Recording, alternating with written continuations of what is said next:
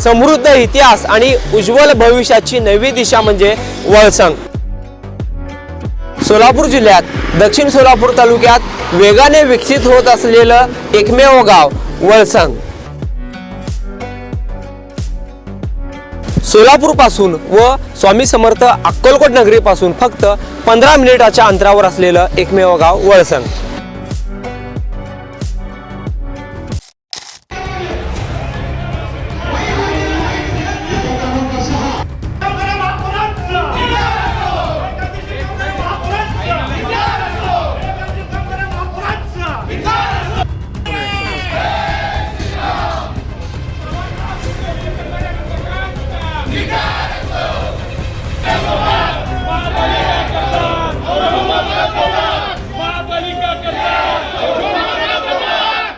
लोकप्रधानमध्ये आपल्या सर्वांचं स्वागत आहे। 1400 कोटीच्या पाणी प्रश्नाच्या आज सभागृहात प्रचंड गोंधळ झाल्याचं पाहायला मिळालं। या ठिकाणी नगरसेवक चेतन भाऊ नरोटे आणि अमोल बापू शिंदे यांनी या प्रकल्पाला जी करवाढ होणार भविष्यात आहे किंवा रेडी रेकनरचे जे दरवाढ होण्याची संभावित प्रश्न आहेत त्याच्यावरती आवाज उठवल्यानंतर महापौरांनी त्या दोघांना आजच्या काळापुरता सभागृहातून निलंबित केल्यानंतर मोठ्या प्रमाणात गोंधळ उडाल्याचं पाहायला मिळत आहे।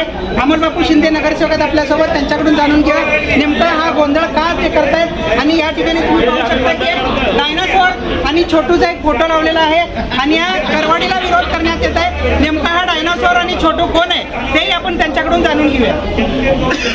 आज सोलापुरात महत्त्वाचा पाण्याचा प्रश्न होता। सोलापूरकरांना जो जिव्हाळ्याचा प्रश्न आहे, पाणी प्रश्न म्हटले की लोकांना वाटतं आम्हाला रोज पाणी मिळेल, त्यामुळं सोलापूरकर आतुर असतात। आम्हालाही सभागृहात येत असताना असं वाटलं होतं सदस्यांना की पाणी प्रश्नावर आम्हाला काहीतरी रोज पाणी मिळेल।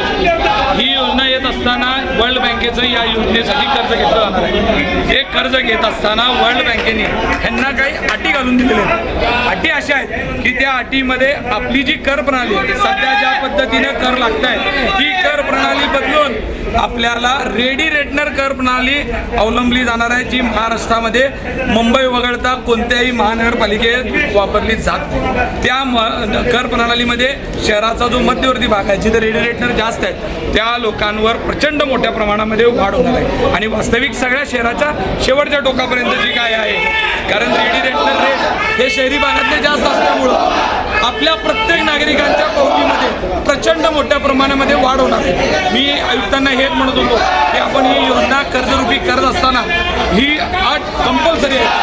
आयुक्तांनी सांगितलं की आपल्याला जर वर्ल्ड बँकेचे पैसे घ्यावंच असतील तर आपल्याला कर्ज प्रणाली बदलल्याशिवाय आपल्याला कोणताही पर्याय नाही। त्याचबरोबर या योजनेला वर्षाला जे काही 150 करोड रुपयेपेक्षा जास्त खर्च येणार आहे ती चालवण्याचा खर्च सुद्धा पाण्याची किंमत ठरवून पाण्याच्या किमतीमध्ये वाढ, महापालिकेमध्ये पाण्याची किंमत वाढवली म्हणजे ते सगळे पैसे नागरिकांकडून हातातून घेतले जाणार आहेत। प्रचंड मोठ्या प्रमाणामध्ये नागरिकांच्या येणाऱ्या काळामध्ये लूट होणार आहे। आज जरी काय लोकांना आणि सांगत असले की आम्ही करवाढ केलेली नाही, संख्येच्या आधारे यांनी नक्की बोलू शकते, पण काही दिवसात सोलापूरकरांच्या समोर येईल। मी कळकळून सांगतोय प्रत्येकाने आपल्या पावत्या जपून ठेवा। गेल्या वर्षी किती पावती आली होती आणि पुढच्या वर्षी आपल्याला किती रुपयाची पावती टॅक्स रूपी महापालिका पाठवते। या सगळ्या अशा अवघड विषयाची मान्यता, खरं तर पाण्याचा विषय वेगळा आहे आणि करदान हा विषय वेगळा आहे। दोन्ही विषय एकत्रित करून सोलापूरकरांची सभागृहाची गल्लत करण्यासाठी असा विषय सभागृहात आणला गेला। वास्तविक आपल्याला महानगरपालिकेच्या ज्या जागा आहेत त्या जागा सुद्धा विकण्याचं काम यामध्ये सुद्धा होणार आहे। एकंदरीत पाहता आपल्याला चेतन भाऊ नरोटे सुद्धा आहे, त्यांचा हा याला विरोध काय इथंच लावा तुमचा पण डबल होत आहे। आज जरी आम्हाला लोकांना सस्पेंड केलंय, आमचा आवाज दाबण्याचा या ठिकाणी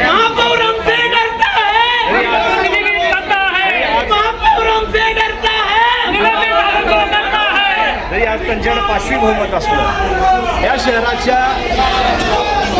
कर टॅक्स या ठिकाणी प्रणाली आणली होती। रेडी रेकनरप्रमाणे पाणी देण्याचा त्यांचा घाट होता। आम्ही कुठं तर दोघं हाणून पडू, त्याकरता सभागृहामध्ये विषय वाचायच्या अगोदर आम्हाला दोघांना सस्पेंड केलं. 10 सस्पेंड करू द्या, पण सोलापूर शहराच्या हितासाठी आम्ही दोघं लढणार. किती जरी आमचा आवाज दाबण्याचा प्रयत्न केला, सत्य सोलापूर शहरामध्ये येणार आहे. आज नाही तर उद्या तुम्हाला सगळ्याला कळेल. हा विषय 1400 कोटीचा जो होता तो पहिला 800 कोटीचा होता.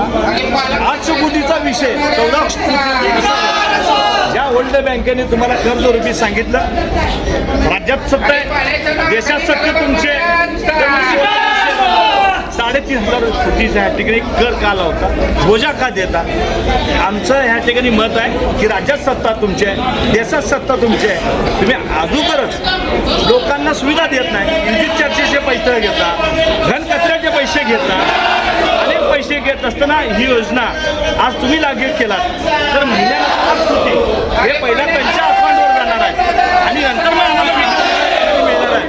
तर ह्या सगळ्या गोष्टी आम्ही जनतेसमोर आणणार म्हणून त्यांनी आम्हाला या ठिकाणी सस्पेंड केलेलं आहे. पण बेहतर आम्ही घाबरणार नाही, जनतेसाठी आम्ही या ठिकाणी लढू. आशिया खंडातील सर्वात मोठा गृह प्रकल्प फक्त 7 किलोमीटर अंतरावर. सोलापुरातील राष्ट्रीय महामार्गाशी थेट जोडलेलं गाव म्हणजे वळसंग.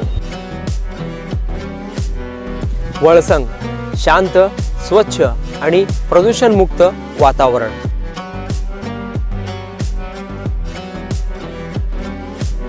जिथे वाढता विकास आणि भविष्यातील गुंतवणुकीची उत्तम गॅरंटी मिळणार आहे. योग्य भौगोलिक रचना, ऐतिहासिक वारसा जपणारा आणि अनेक धार्मिक स्थळांशी कनेक्ट असलेला गाव म्हणजे वळसंग. गुंतवणुकीसाठी सुरक्षित आणि भविष्य घडविण्यासाठी परफेक्ट लोकेशन फक्त वळसंगमध्येच.